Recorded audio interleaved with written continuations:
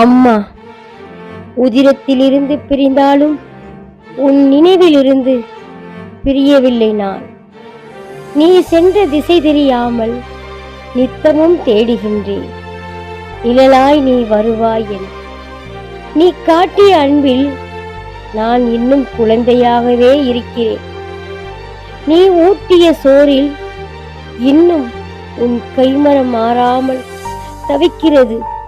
காலங்கள் ஓடினாலும் உன் நினைவுகள் மட்டும் என் இதயத்தின் ஓரத்தில் வாடாத பூக்களாய் பூக்கின்றது.